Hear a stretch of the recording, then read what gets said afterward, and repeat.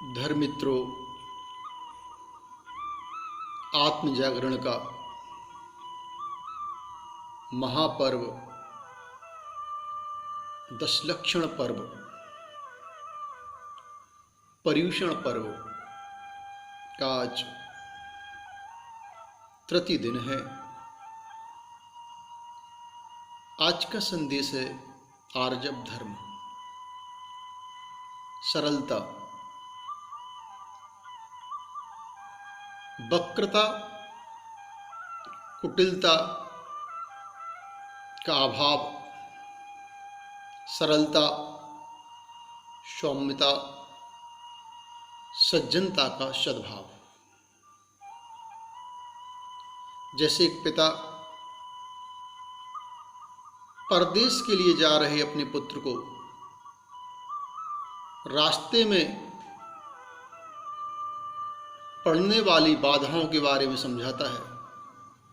उस नदी को ऐसे पार करना, वहाँ ऐसे जाना, वहाँ जाओ तो ऐसे उठना, ऐसे बैठना, ऐसे बात करना। ऐसे ही यहाँ पर गुरुदेव आचार्य भगवान परम पूज्य जिनशासन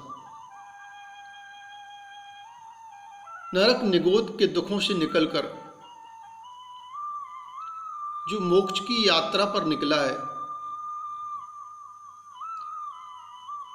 अथवा इनको जो प्राप्त करना चाहता है, जो भव के दुखों से दुखी है, उस जीव के लिए क्रम क्रम से भव रोग के, भव भ्रमण के, संसार परिभ्रमण के जो कारण हैं, उन कारणों से दूर होने का उपदेश आचार्य भगवान दे रहे हैं। प्रथम कारण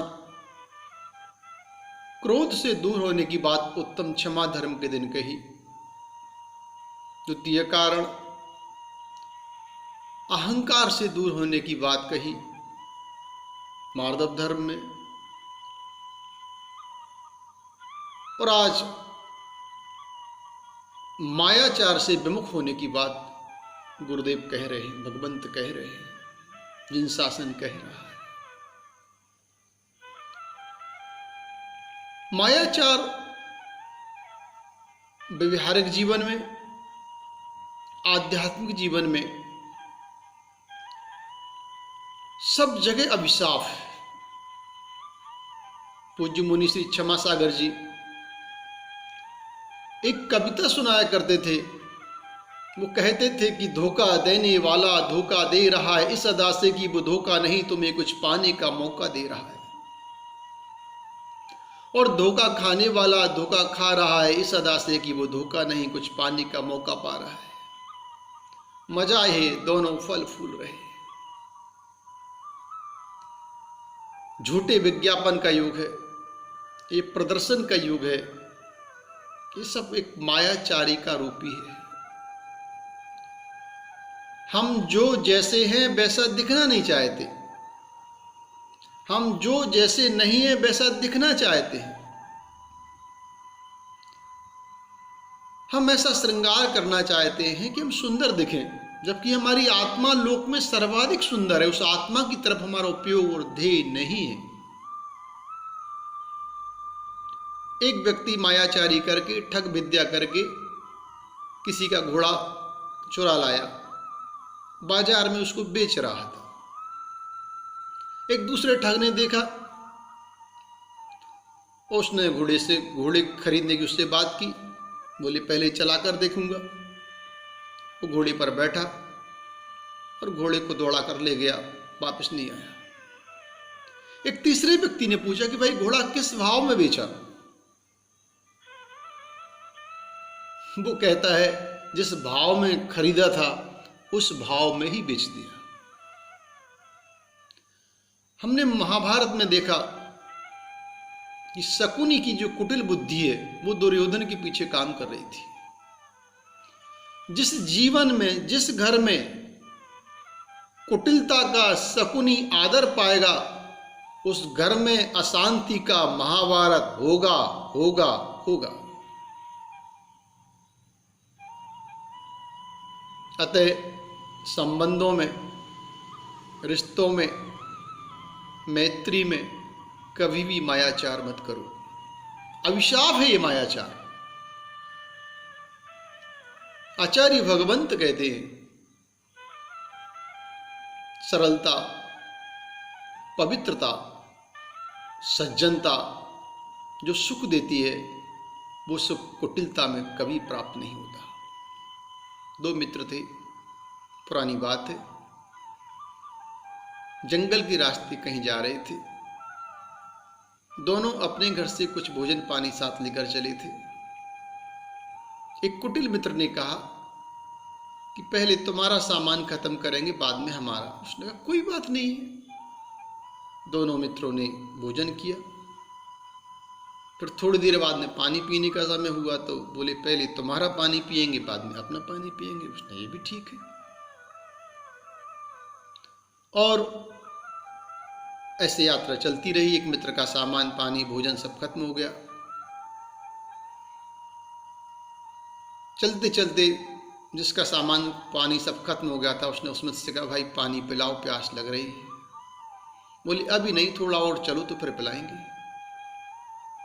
थोड़ा और चले, जब वो बिल्कुल निढाल अशक्त होने लगा, भाई पानी पिलाओ। बोले एक आंख दोगे तो तुम को पानी पिलाएंगे। मित्र था, उसने कोई बात नहीं भाई पानी पिला दो, एक आंख ले लो। उसने पानी पिलाया, उसकी एक आंख फोड़ दी उसने। साथ चले। फिर मित्र ने कहा कि भाई ये भूख लग रही है, भोजन कराओ। बोले थोड़ा और आगे चलो, फिर खिलाएंगे। जब बहुत व्याकुल होने लगा तब उसने कहा कि एक आंख और है, वो भी फोड़ेंगे तब भोजन कराएंगे। मित्र ने कहा कोई बात नहीं है, तुम दूसरी आंख भी फोड़ दो, मित्र हो तुम मेरे। कैसी विडंबना है आज।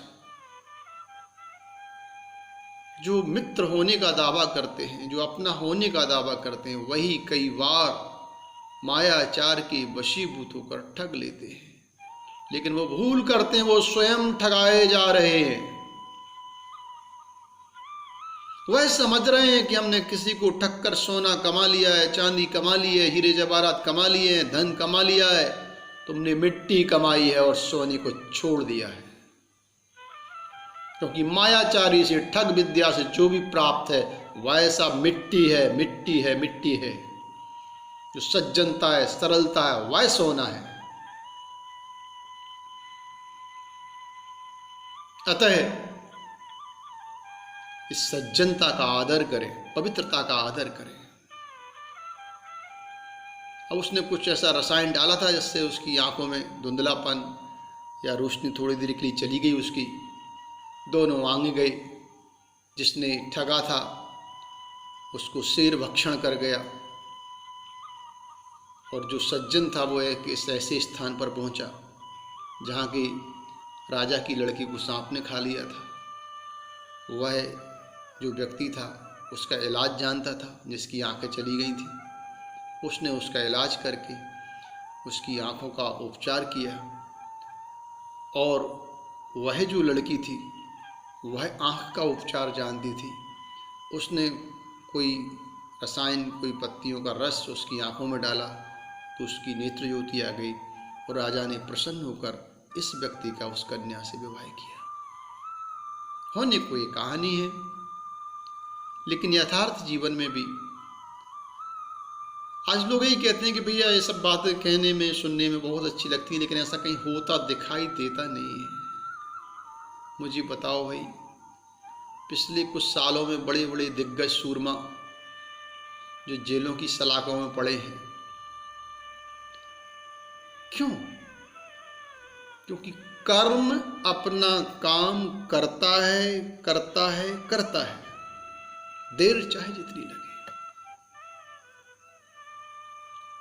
और एक बात और याद रखें,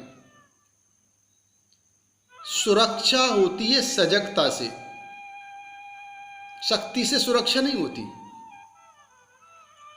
शक्ति सुरक्षा व्यवस्था के लिए साधन हो सकती है कि आपके पास इतने हथियार हैं, ये है वो है, लेकिन सुरक्षा का मूल कारण है सजगता। सजगता आती है सरलता से, कुटिलता से नहीं। शक्ति संपन्न राष्ट्र जो इस बात का दावा करता हो कि तुम्हारे बाथरूम में चड्डी किस कलर की टंगी है वो सैटेलाइट से देख सकता है।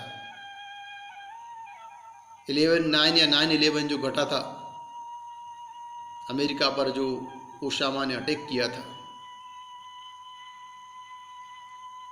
कहां गई वो शक्ति उस समय? और इन बातों को छोड़िए, अभी एक छोटे से वायरस ने अटैक किया है। कहां लोग जल छानकर पीने में भी संकोच कर रहे थे, आज वायु छानकर पीना पड़ रही है। एक छोटा सा वायरस